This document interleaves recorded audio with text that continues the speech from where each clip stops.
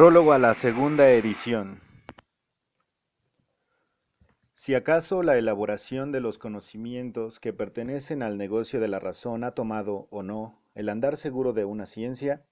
pronto se puede ver por el resultado. Si esa elaboración, después de hacer muchos intentos y preparativos, queda atascada tan pronto como está por llegar a la meta, o si, para alcanzarla a ésta, debe volver atrás muchas veces y tomar otro camino, y también, si no es posible poner de acuerdo a los diferentes colaboradores acerca de la manera como debe ponerse en obra la intención común,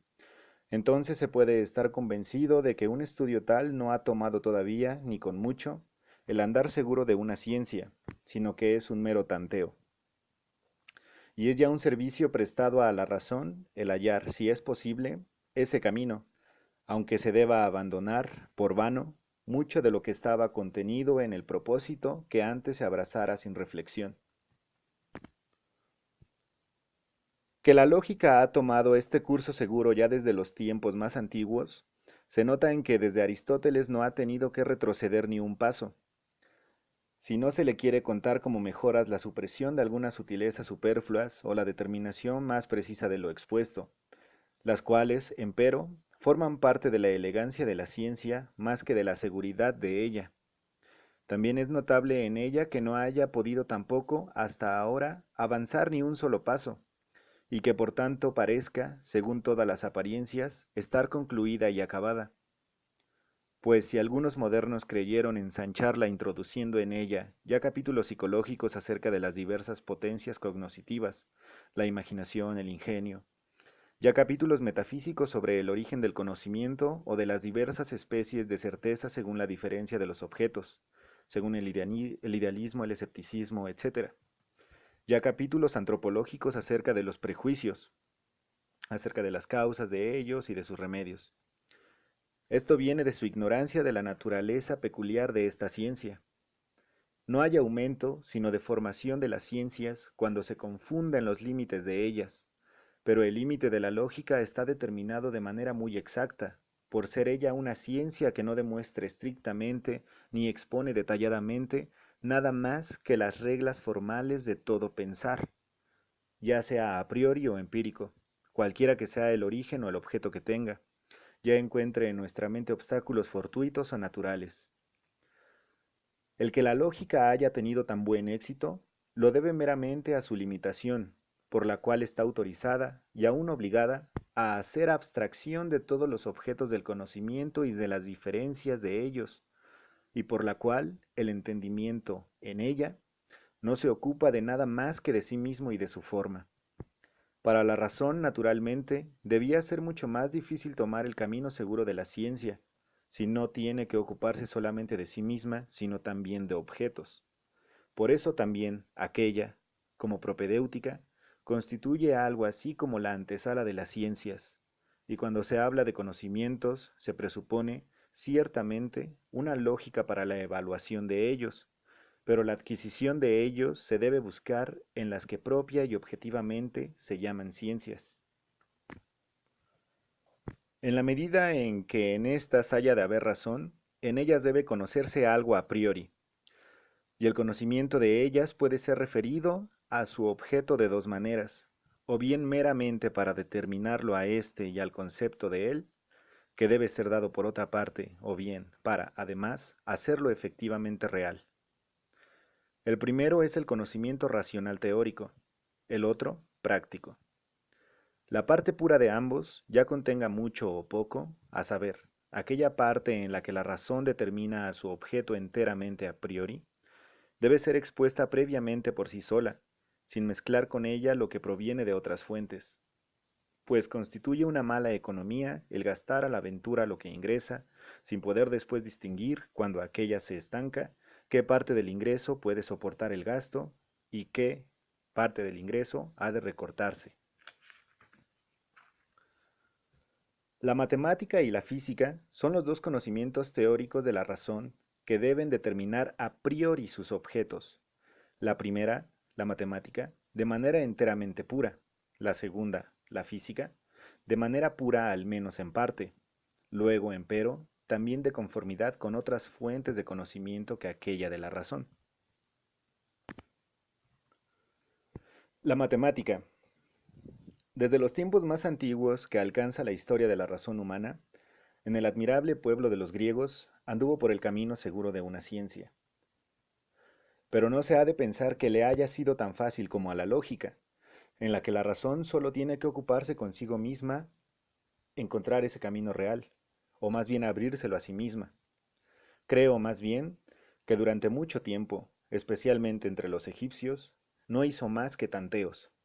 y que esa transformación hay que atribuirla a una revolución producida por la feliz ocurrencia de un único hombre en un ensayo, a partir del cual ya no se podía errar el rumbo de que debía tomar. Y la marcha segura de una ciencia quedó trazada y emprendida para todos los tiempos y hasta las infinitas lejanías. La historia de esta revolución del modo de pensar y la del afortunado que la llevó a término no nos ha sido conservada, pero la leyenda que nos transmite Diógenes Laercio, quien nombra a los presuntos descubridores de los más pequeños elementos de las demostraciones geométricas, aun de aquellos elementos que según el juicio vulgar no requieren demostración, demuestra que la memoria de la transformación efectuada por la primera traza del descubrimiento de este nuevo camino debe de haberles parecido extraordinariamente importante a los matemáticos, y que así se volvió inolvidable. El primero que demostró el triángulo isósceles, ya se haya llamado Tales o como se quiera,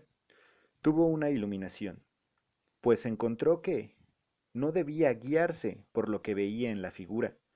ni tampoco por el mero concepto de ella, para aprender, por así decirlo, las propiedades de ella,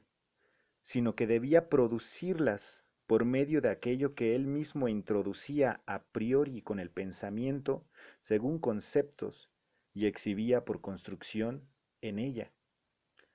y que, para conocer con seguridad algo a priori, no debía atribuirle a la cosa nada más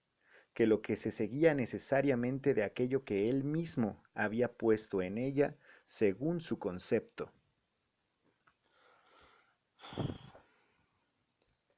La ciencia de la naturaleza tardó más en encontrar la carretera de la ciencia,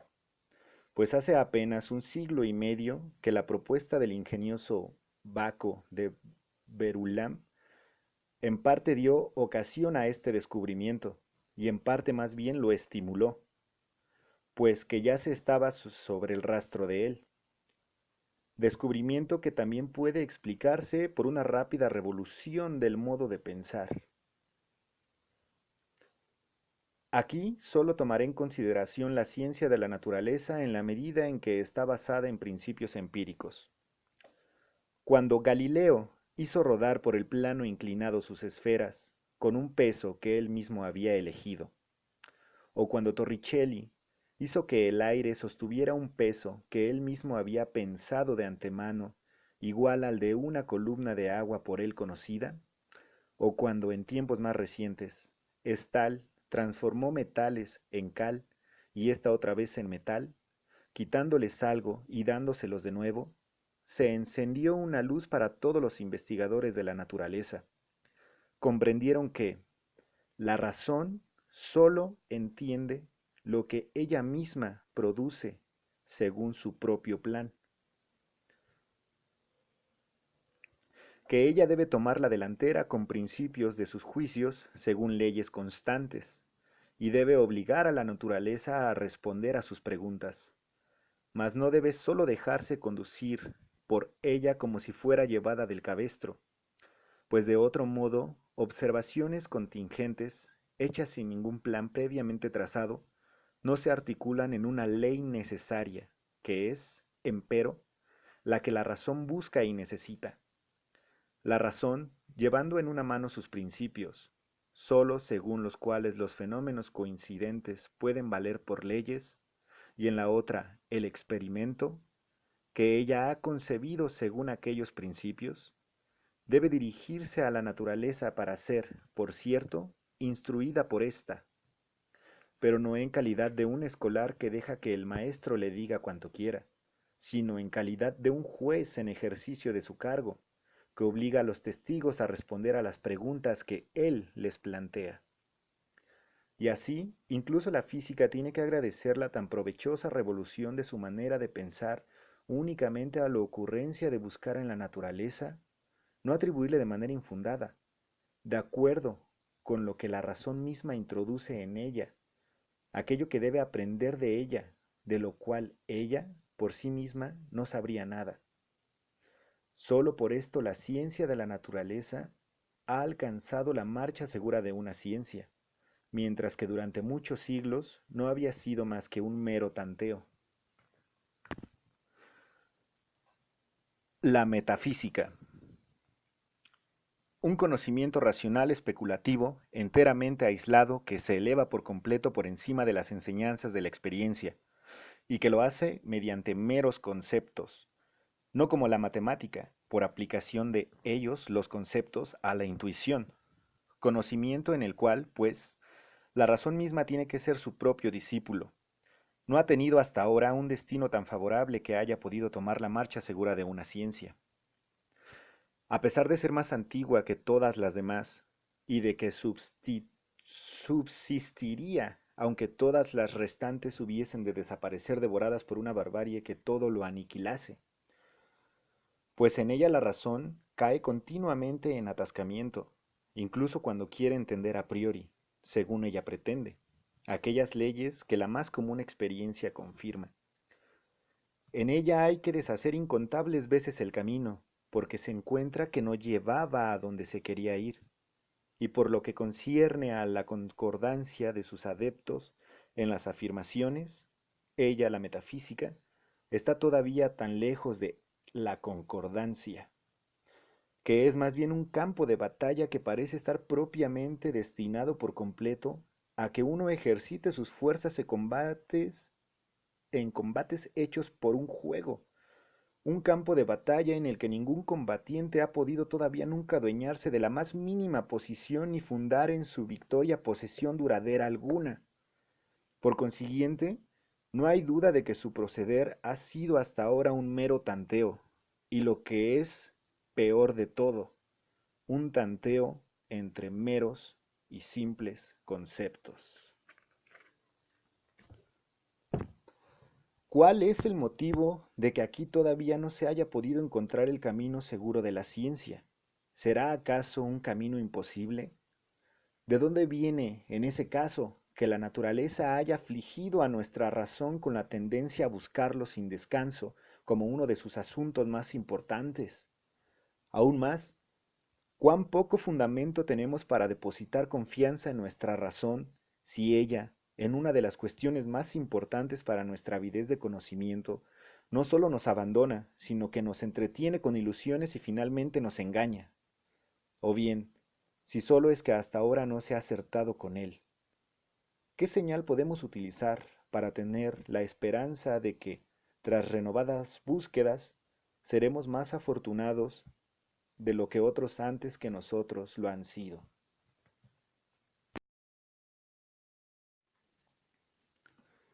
Yo tendría que presumir que los ejemplos de la matemática y de la ciencia de la naturaleza, que han llegado a ser lo que ahora son mediante una revolución llevada a cabo de una sola vez, serían suficientemente notables para que se reflexionara acerca de los elementos esenciales del cambio del modo de pensar que a ellas les ha resultado tan ventajoso, y para imitarlas, al menos a manera de ensayo, en la medida en que lo admite la analogía de ellas como conocimientos racionales, con la metafísica. Hasta ahora se ha supuesto que todo nuestro conocimiento debía regirse por los objetos, pero todos los intentos de establecer mediante conceptos algo a priori sobre ellos, con lo que ensancharía nuestro conocimiento, quedaban anulados por esta suposición. Ensáyese por eso, una vez, si acaso no avanzamos mejor en los asuntos de la metafísica, si suponemos que los objetos deben regirse por nuestro conocimiento, lo que ya concuerda mejor con la buscada posibilidad de un conocimiento de ellos a priori que haya de establecer algo acerca de los objetos antes que ellos nos sean dados. Ocurre aquí lo mismo que con los primeros pensamientos de Copérnico, quien, al no poder adelantar bien con la explicación de los movimientos celestes cuando suponía que todas las estrellas giraban en torno del espectador, ensayó si no tendría mejor resultado si hiciera girar al espectador, y dejara, en cambio, en reposo a las estrellas. Ahora bien, en la metafísica se puede hacer un ensayo semejante, en lo que concierne a la intuición de los objetos. Si la intuición debiese regirse por la naturaleza de los objetos, no entiendo cómo se podría saber algo a priori sobre ella. Pero si el objeto, como objeto de los sentidos, se rige por la naturaleza de nuestra facultad de intuición, entonces puedo muy bien representarme esa posibilidad. Pero como no puedo detenerme en esas intuiciones, si ellas han de llegar a ser conocimientos, sino que debo referirlas como representaciones a algo que sea su objeto, y debo determinarlo a éste mediante ellas, entonces puedo suponer, o bien que los conceptos mediante los que llevo a cabo esa determinación se rigen también por el objeto, y entonces estoy nuevamente en la misma perplejidad en lo que concierne a la manera como puedo saber algo a priori de éste. O bien, supongo que los objetos, o lo que es lo mismo, la experiencia, sólo en la cual ellos son conocidos como objetos dados, se rigen por estos conceptos, y entonces veo inmediatamente una respuesta más fácil, porque la experiencia misma es una especie de conocimiento que requiere entendimiento, cuya regla debo presuponer en mí aún antes que me sean dados objetos, y por tanto, a priori, regla que se expresa en conceptos a priori según los cuales, por tanto, todos los objetos de la experiencia necesariamente se rigen y con los que deben concordar. Por lo que concierne a objetos, en la medida en que pueden ser pensados meramente por la razón y de manera necesaria, objetos que, empero, no pueden ser dados en la experiencia, al menos tales como la razón piensa. Los intentos de pensarlos, pues pensarlos debe ser posible, suministran según esto una magnífica piedra de toque de aquello que suponemos como el nuevo método de pensamiento, a saber, que conocemos a priori de las cosas sólo aquello que nosotros mismos ponemos en ellas. Este experimento alcanza el resultado deseado y promete a la metafísica, en la primera parte de ella, a saber, en aquella parte en que ella se ocupa de conceptos a priori, cuyos objetos correspondientes pueden ser dados en la experiencia de manera adecuada a aquellos, la marcha segura de una ciencia. Pues con esta mudanza de la manera de pensar se puede explicar muy bien la posibilidad de un conocimiento a priori. Y lo que es aún más, se puede dotar de sus pruebas satisfactorias a las leyes que sirven a priori de fundamento de la naturaleza considerada como el conjunto de los objetos de la experiencia. Dos cosas que eran imposibles con la manera de proceder adaptada hasta ahora. Pero de esta deducción de nuestra facultad de conocer a priori se desprende, en la primera parte de la metafísica, un resultado extraño y aparentemente muy contrario a todo el fin de ella, fin del que se ocupa la segunda parte, a saber, que con ella nunca podemos salir de los límites de la experiencia posible, lo que es, empero, precisamente el más esencial interés de esta ciencia. Pero en esto reside precisamente el experimento de una contraprueba de la verdad del resultado de aquella primera evaluación de nuestro conocimiento racional a priori, a saber, que éste sólo se dirige a fenómenos, mientras que deja de lado a la cosa en sí, misma como una cosa que es, por cierto, efectivamente real en sí, pero desconocida para nosotros, pues aquello que nos empuja necesariamente a traspasar los límites de la experiencia y de todos los fenómenos es lo incondicionado, que la razón reclama, con todo derecho, necesariamente en las cosas en sí mismas, para todo condicionado, reclamando con ello que la serie de las condiciones sea completa. Ahora bien, si cuando se supone que nuestro conocimiento de experiencia se rige por los objetos tomados como cosas en sí mismas, se encuentra que lo incondicionado no puede ser pensado sin contradicción. Y si, por el contrario, cuando se supone que nuestras representaciones de las cosas, como nos son dadas, no se rige por ellas tomadas como cosas en sí mismas, sino que estos objetos, como fenómenos, se rigen más bien por nuestra manera de representación, se encuentra que la contradicción se elimina y que en consecuencia lo incondicionado no debe encontrarse en las cosas, en la medida en que las conocemos, en la medida en que nos son dadas, pero sí en ellas, en la medida en que no las conocemos como cosas en sí mismas. Entonces es manifiesto que lo que al comienzo solo supusimos como ensayo está fundado. Ahora, después que ha sido denegado a la razón especulativa todo progreso en este terreno de lo suprasensible, nos queda todavía el intento de ver si acaso no se encuentran, en el conocimiento práctico de ella, datos para determinar aquel concepto racional trascendente de lo incondicionado, y para llegar de esta manera, cumpliendo el deseo de la metafísica, más allá de los límites de toda experiencia posible con nuestro conocimiento a priori, conocimiento que sólo es posible, empero, en la intención práctica. Y con tal proceder, la razón especulativa nos ha procurado, para tal ensanchamiento, al menos el lugar, aunque debió dejarlo vacío. Y nada nos impide, por consiguiente, antes bien, ella nos invita a ello, que lo llenemos, si podemos, con los datos prácticos de ella. En aquel ensayo de reformar el procedimiento que la metafísica ha seguido hasta ahora, emprendiendo una completa revolución de ella, según el ejemplo de los geómetras y de los investigadores de la naturaleza, consiste la tarea de esta crítica de la razón pura especulativa. Es un tratado del método, no un sistema de la ciencia misma. Pero, sin embargo, traza todo el contorno de ella, tanto en lo que respecta a sus límites como también en lo que respecta a toda la organización interior de ella, pues eso es lo que tiene de peculiar la razón pura especulativa, que ella puede y debe mensurar toda su propia facultad según la diferencia de la manera como elige objetos para pensar, y también puede y debe enumerar completamente incluso las varias maneras de proponerse a sí misma problemas, y si puede y debe trazar todo el esbozo de un sistema de la metafísica, pues por lo que concierne a lo primero, en el conocimiento a priori no se puede atribuir a los objetos nada más que lo que el sujeto pensante toma de sí mismo, y por lo que toca a lo segundo, ella es, con respecto a los principios del conocimiento, una unidad enteramente separada que subsiste por sí, en la cual cada miembro, como en un cuerpo organizado, existe para todos los otros, y todos existen para uno.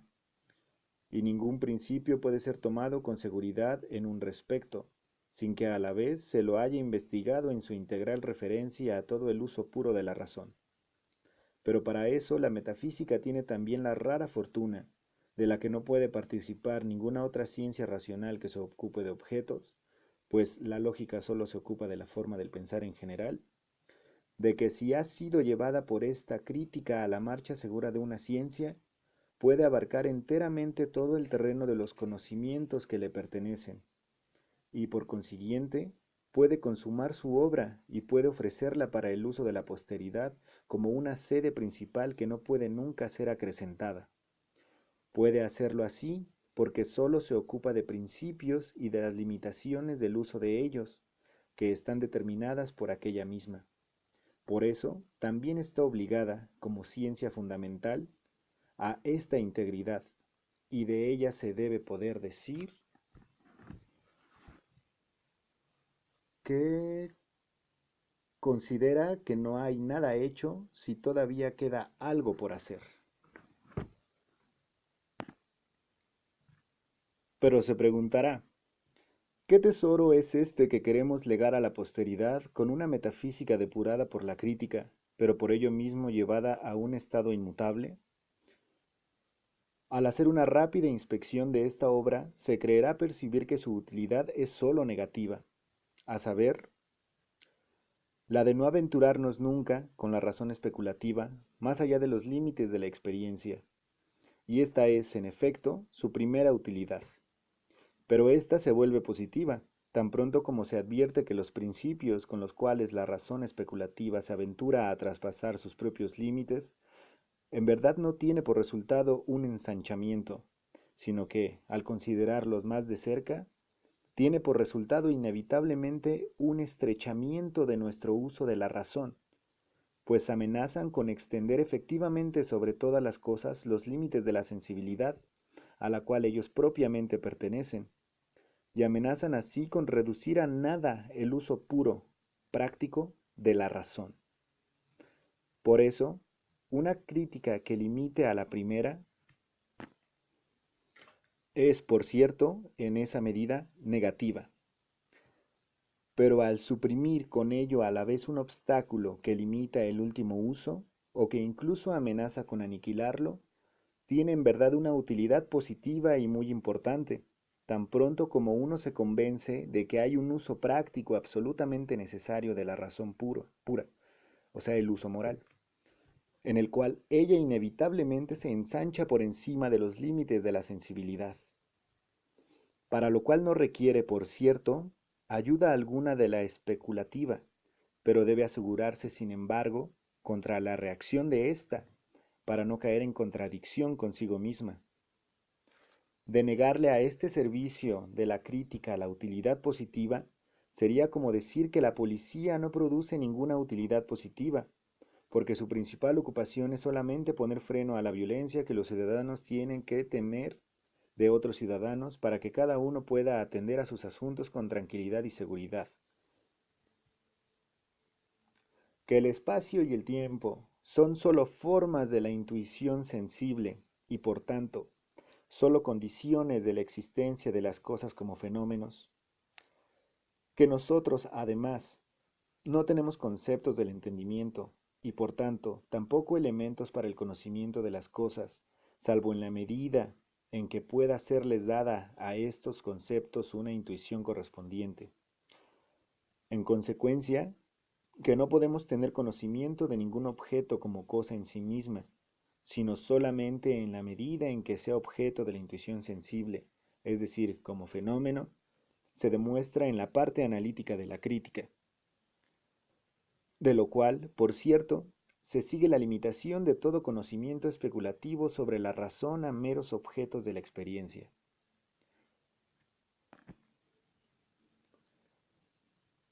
Sin embargo, se hace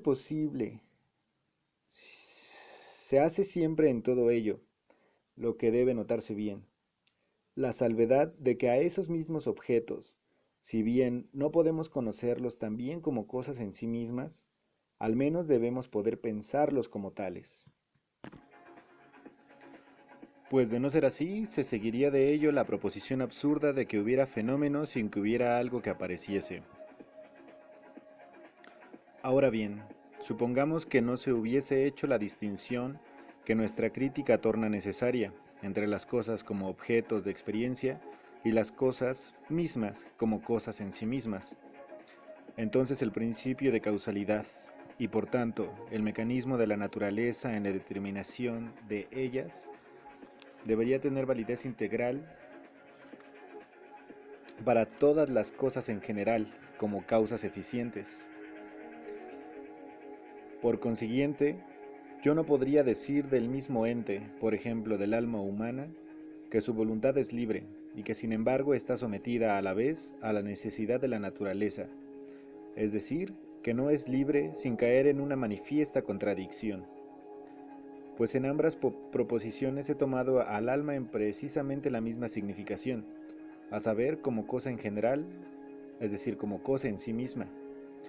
y tampoco podía tomarla de otro modo sin que precediese la crítica. Pero si la crítica no está errada cuando enseña a tomar al objeto en una doble significación, a saber, como fenómeno o como cosa en sí misma, si la deducción de sus conceptos del entendimiento es acertada y por tanto también el principio de causalidad se refiere solamente a cosas tomadas en el primer sentido, a saber, en la medida en que son objetos de la experiencia, mientras que esas mismas cosas según la segunda significación no le están sometidas, entonces la misma voluntad es pensada en el fenómeno, en las acciones visibles, como necesariamente concordante con la ley de la naturaleza, y en esa medida como no libre, y por otra parte, sin embargo, al pertenecer a una cosa en sí misma, es pensada como no sometida a aquella ley, y por tanto como libre, sin que con ello ocurra una contradicción. Ahora bien, Aunque yo no pueda conocer mediante la razón especulativa, y aún menos mediante observación empírica a mi alma, considerada desde esta última perspectiva, y por tanto tampoco pueda conocer la libertad como propiedad de un ente al que atribuyo efectos en el mundo sensible, porque a tal ente debería conocerlo como determinado en lo que concierne a su existencia, y sin embargo no en el tiempo, lo que es imposible porque no puedo poner ninguna intuición bajo mi concepto, puedo, sin embargo, pensar la libertad. Es decir, la representación de ella no contiene, al menos, contradicción alguna en sí, si queda establecida nuestra distinción crítica de las dos maneras de representación, la sensible y la intelectual, y la limitación que de ahí se sigue de los conceptos puros del entendimiento y por tanto de los principios que de ellos dimanan. Ahora bien, si la moral presupone necesariamente la libertad, en el más estricto sentido, como propiedad de nuestra voluntad, al aducir a priori principios prácticos originarios que residen en nuestra razón, como data en ella, principios que sin la representación de la libertad serían absolutamente imposibles, y si la razón especulativa hubiese probado, sin embargo, que ésta no se puede pensar de ninguna manera, entonces aquella presuposición, a saber, la moral, necesariamente debe ceder ante aquella otro cuyo contrario contiene una contradicción manifiesta, y en consecuencia la libertad, y con ella la moralidad, pues lo contrario de ellas no contiene contradicción alguna, si no se ha presupuesto ya la libertad, deben dejar el lugar al mecanismo de la naturaleza. Así, empero, puesto que para la moral no necesito nada más, sino sólo que la libertad no se contradiga a sí misma, y que por tanto pueda al menos ser pensada, y no necesito entenderla más, y sólo necesito que no ponga, pues, obstáculo alguno en el camino del mecanismo natural de una y la misma acción, tomada en otro respecto. Entonces la doctrina de la moralidad conserva su lugar, y la doctrina de la naturaleza también conserva el suyo. Lo que no habría ocurrido si la crítica no nos hubiera enseñado previamente nuestra inevitable ignorancia en lo que respecta a las cosas en sí mismas, y no hubiera limitado a meros fenómenos todo lo que podemos conocer de manera teórica. Esta misma consideración de la utilidad positiva de los principios críticos de la razón pura se puede mostrar con respecto al concepto de Dios y de la naturaleza simple de nuestra alma, lo que por brevedad no hago aquí. Por consiguiente, ni siquiera puedo suponer a Dios la libertad ni la inmortalidad para el uso práctico necesario de mi razón, si no le sustraigo a la vez a la razón especulativa su pretensión de cogniciones exuberantes.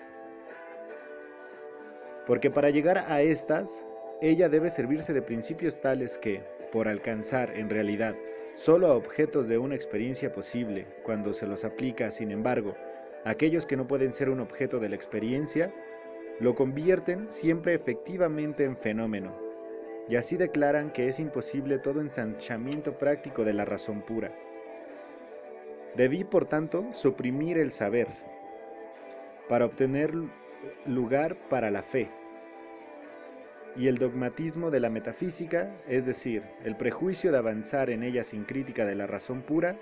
es la verdadera fuente de todo el descreimiento contrario a la moralidad, que es siempre muy dogmático. Por consiguiente, si no puede ser difícil, con una metafísica sistemática compuesta según la pauta de la crítica de la razón pura, dejarle un legado a la posteridad, este no es una dádiva tampoco estimable. Ya sea que se tome en cuenta el cultivo de la razón mediante la marcha segura de una ciencia en general,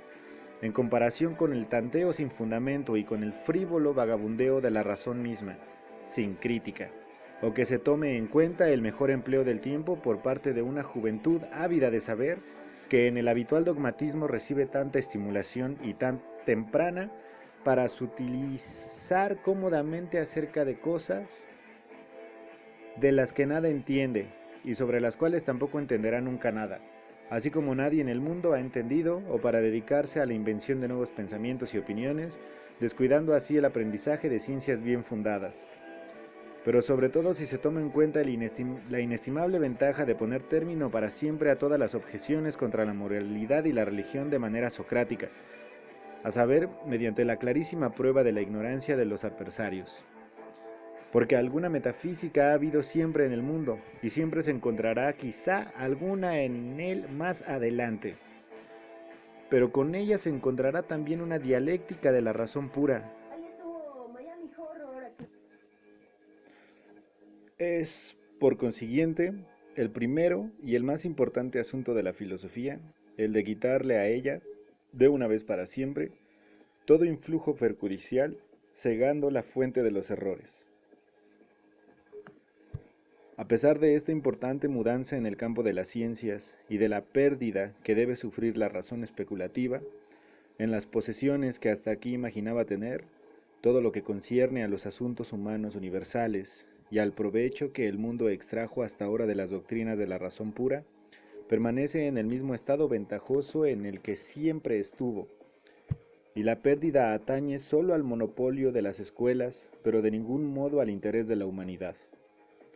Le pregunto al dogmático más inflexible, la prueba de la perduración de nuestra alma después de la muerte, por la simplicidad de la substancia,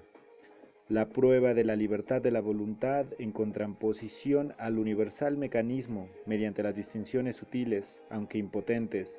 de necesidad práctica, subjetiva y objetiva, o bien la prueba de la existencia de Dios a partir del concepto de un ente realísimo a partir de la congruencia de lo mudable y de la necesidad de un primer motor, han llegado jamás al público después que salieron de las escuelas y han podido tener la más mínima influencia sobre la convicción de éste?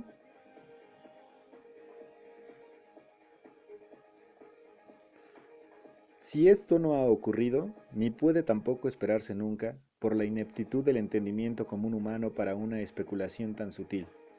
Si, antes bien, por lo que respecta a lo primero, la disposición de todo ser humano nota en su naturaleza, disposición que hace que no pueda contentarse nunca con lo temporal, como algo insuficiente para las disposiciones de su completa determinación, ha debido, por sí sola, producir la esperanza de una vida futura. Si, en lo que respecta a lo segundo, la mera exposición clara de los deberes, en contraposición a todas las pretensiones de las inclinaciones, ha debido, por sí sola, producir la conciencia de la libertad. Y si finalmente, por lo que toca a lo tercero, el magnífico orden, la belleza y la providencia que se presentan por todas partes en la naturaleza, por sí solos, han debido producir la fe en un sabio y grande creador del mundo. Si todos estos motivos han debido producir por sí solos la convicción extendida en el público,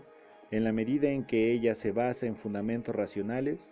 entonces no sólo queda indemne esa posesión, sino que además gana estimación,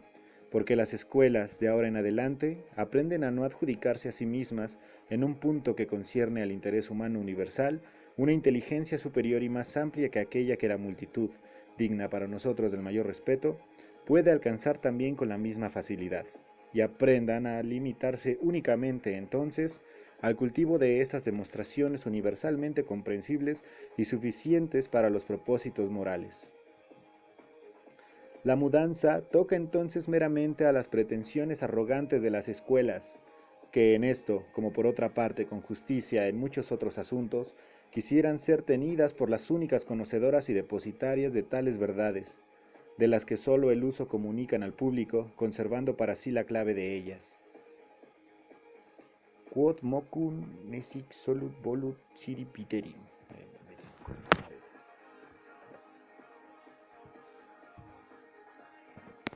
Aquello que no se sabe cuando está conmigo, pretende que se crea que lo sabe cuando está solo. Sin embargo, se ha atendido también a una pretensión más justa del filósofo especulativo. Él sigue siendo siempre el depositario exclusivo de una ciencia que es útil para el público sin que éste lo sepa, a saber, la crítica de la razón. Pues ésta nunca puede llegar a ser popular, pero tampoco necesita serlo, porque así como al pueblo no le entran en la cabeza los argumentos sutilmente elaborados en apoyo de verdades provechosas, así tampoco se le ocurren las igualmente sutiles objeciones contra ellos. Por el contrario, como la escuela, e igualmente todo hombre que se eleve a la especulación, incurre inevitablemente en ambos, Aquella está obligada a prevenir de una vez por todas, mediante sólida investigación de los derechos de la razón especulativa, el escándalo que tarde o temprano tocará también al pueblo, originado en las disputas en las que, sin la crítica, inevitablemente se enredan los metafísicos y como tales, al fin, también los eclesiásticos, y que terminan por falsear sus doctrinas mismas. Solo por esta puede cortárseles la raíz al materialismo, al fatalismo, al ateísmo, al descreimiento de los librepensadores, al fanatismo y a la superstición, que pueden ser universalmente nocivos, y por fin también al idealismo y al escepticismo,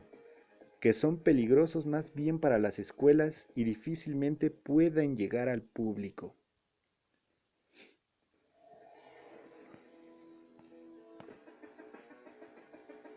Si los gobiernos hallan conveniente ocuparse de asuntos de los literatos, sería mucho más adecuado a un sabio ciudadano de las ciencias y de los hombres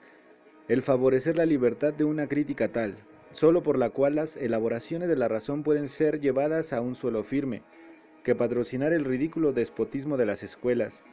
que levantan un ruidoso griterío sobre el peligro público cuando alguien les desgarra sus telarañas, de las que el público, empero, jamás tuvo noticias y cuya pérdida, por tanto, tampoco puede nunca sentir.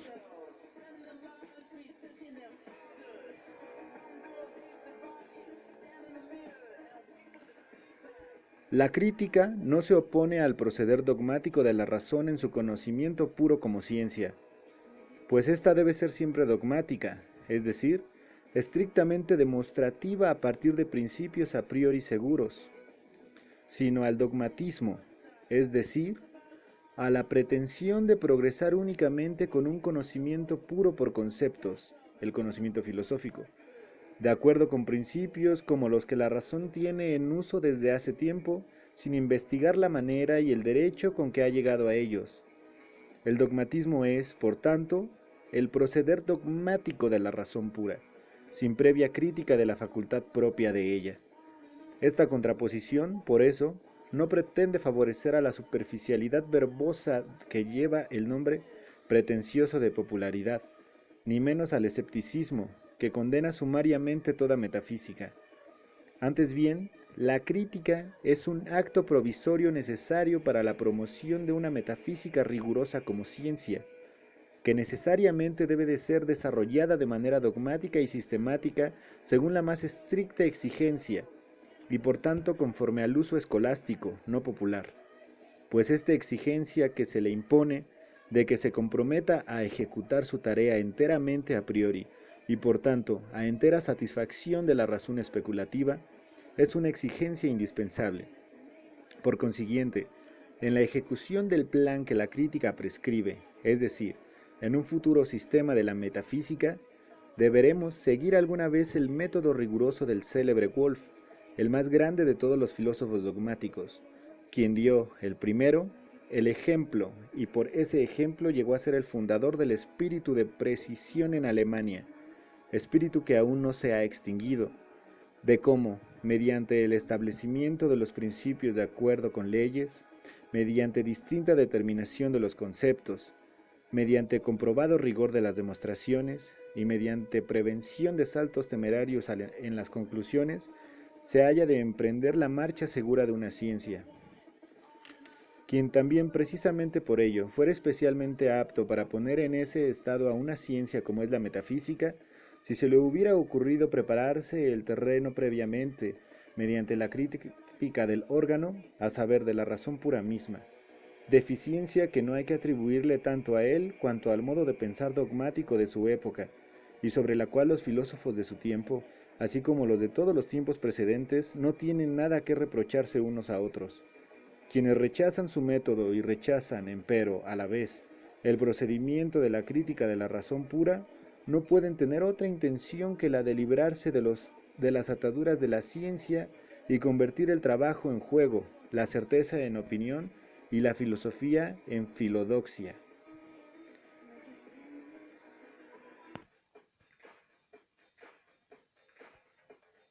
Por lo que toca a esta segunda edición, no he querido, como es justo, dejar pasar la ocasión de corregir, en la medida de lo posible, Las dificultades y las oscuridades de las que puedan haber surgido algunas interpretaciones erradas que han hecho tropezar, quizá no sin culpa mía, a hombres perspicaces al juzgar este libro. No encontré nada que cambiar en las proposiciones mismas, ni en sus demostraciones, ni tampoco en la forma ni en la integridad del plan, lo que ha de atribuirse en parte al largo examen a que yo las había sometido antes de presentarlo al público, y en parte a la peculiar constitución de la cosa misma, a saber, a la naturaleza de una razón pura especulativa, que contiene una verdadera estructura orgánica, dentro de la cual todo es órgano, es decir, donde todo está para uno y cada elemento singular está para todos, y por tanto, aún la más mínima debilidad, ya sea un error o una carencia, inevitablemente debe ponerse de manifiesto en el uso. En esta inmutabilidad se afirmará este sistema, espero, también de aquí en adelante. No es la vanidad la que justifica esta confianza mía, sino la mera evidencia producida por el experimento de la igualdad de los resultados. Ya se parta de los elementos mínimos para llegar al todo de la razón pura, ya se retroceda desde el todo, pues también éste está dado en sí, por la intención última de ella en lo práctico hasta cada una de las partes, pues el ensayo de cambiar aún solo la más pequeña parte introduce inmediatamente contradicciones, no sólo del sistema, sino de la razón humana universal. Pero en la exposición hay todavía mucho que hacer, y en esto he intentado, con esta edición, mejoras que tienen por finalidad remediar ya la mala comprensión de la estética, especialmente la del concepto del tiempo, ya la oscuridad de la deducción de los conceptos del entendimiento, ya la presunta carencia de una evidencia suficiente en las pruebas de los principios del entendimiento puro, ya por fin la mala interpretación de los paralogismos que preceden a la psicología racional. Hasta ahí, a saber, solo hasta el final del primer capítulo de la dialéctica trascendental, y no más, llegan mis cambios del modo de exposición. Porque el tiempo me era escaso y porque con respecto a lo restante, no se me había presentado tampoco ningún error de comprensión de los examinadores extendidos e imparciales, quienes, aunque no pueda mencionarlos con los elogios que merecen, apreciarán por sí mismos en los debidos lugares el cuidado con que he tomado sus observaciones. Con esta mejora está enlazada, empero, una pequeña pérdida para el lector, que no se podía evitar sin hacer al libro demasiado voluminoso, a saber, que diversas cosas que no eran esencialmente necesarias para la integridad del conjunto, pero cuya falta, algún lector, sin embargo, podrá lamentar, porque podrían haber sido útiles en otro respecto, han debido ser suprimidas o expuestas de manera abreviada para hacer lugar a mi exposición actual, que espero que sea más comprensible. Exposición que en el fondo no cambia absolutamente nada en lo que concierne a las proposiciones e incluso a las demostraciones de ellas, pero que en el método de exposición se aparta tanto aquí y allá de la anterior que no se la podía intercalar en ella. Esta pequeña pérdida que, de quererlo, se puede subsanar mediante la comparación con la primera edición, queda compensada con creces, espero, por la mayor comprensibilidad. En diversas publicaciones, a veces en ocasiones de las reseñas de algunos libros, a veces en tratados especiales, he observado con agradecida satisfacción que el espíritu de profundidad no se ha extinguido en Alemania, sino que sólo ha sido tapado durante breve tiempo por el griterío del tono de moda, que es el de una libertad de pensamiento con visos de genialidad, y que los espinosos senderos de la crítica que llevan a una ciencia de la razón pura, que es ciencia conforme al uso escolástico, pero como tal es la única duradera y por eso sumamente necesaria, no han impedido a los espíritus animosos y esclarecidos adueñarse de ella. A estos hombres meritorios que enlazan con tanta facilidad la profundidad de la inteligencia con el talento de una exposición luminosa, que bien sé que no poseo, les dejo la tarea de perfeccionar mi elaboración aquí y allá todavía defectuosa en lo que atañe a la última, pues en este caso el peligro no consiste en ser refutado, sino en no ser entendido. Por mi parte no puedo de aquí en adelante entregarme a controversias, aunque prestaré cuidadosa atención a todas las indicaciones, ya sean de amigos o de adversarios, para utilizarlas en el futuro desarrollo del sistema conforme a esta propedéutica. Como durante estos trabajos he llegado a una edad bastante avanzada, este mes entro en mi 64º año, debo ser ahorrativo en el tiempo, si quiero realizar mi plan de publicar la metafísica de la naturaleza.